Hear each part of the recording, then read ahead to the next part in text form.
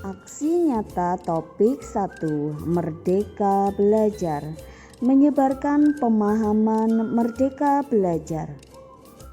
Bapak Ibu yang berbahagia, pada topik Merdeka Belajar memiliki tujuan yang pertama, pemahaman gagasan prinsip pendidikan berdasarkan pemikiran Ki Hajar Dewantoro. Yang kedua, yaitu pemahaman agar memfasilitasi murid agar tumbuh sesuai kodratnya.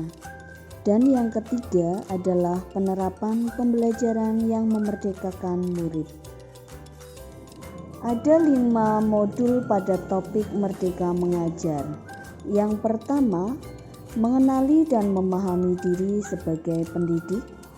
Yang kedua, mendidik dan mengajar. Yang ketiga, mendampingi murid dengan utuh dan menyeluruh.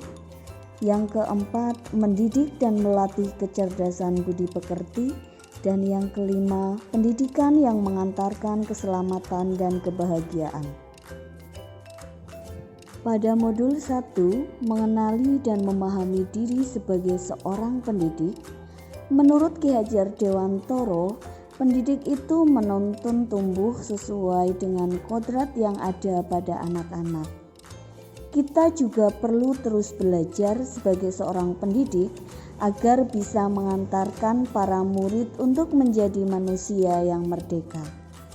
Menurut Ki Hajar Dewantoro, manusia merdeka adalah manusia yang hidupnya lahir dan batin tidak tergantung pada orang lain, akan tetapi bersandar pada kekuatan diri sendiri. Isi dari modul kedua, mendidik dan mengajar. Yang pertama adalah pengajaran merupakan suatu cara menyampaikan ilmu atau manfaat bagi hidup anak-anak secara lahir maupun batin. Pengajaran merupakan bagian dari suatu pendidikan. Yang kedua, pendidikan merupakan tempat untuk menaburkan benih-benih kebudayaan dalam masyarakat.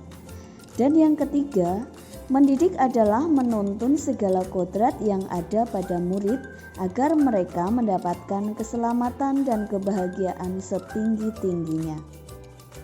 Pada modul 3, mendampingi murid dengan utuh dan menyeluruh, dapat kita pahami bahwa segala perubahan yang ada pada murid dihubungkan dengan kodrat keadaan, baik alam maupun zaman.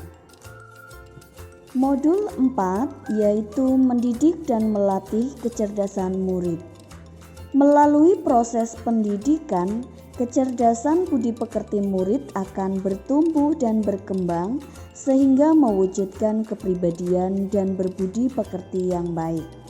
Sebagai seorang pendidik, kita juga harus memahami kodrat anak sebagai subjek kesadaran dalam menguatkan kodratnya.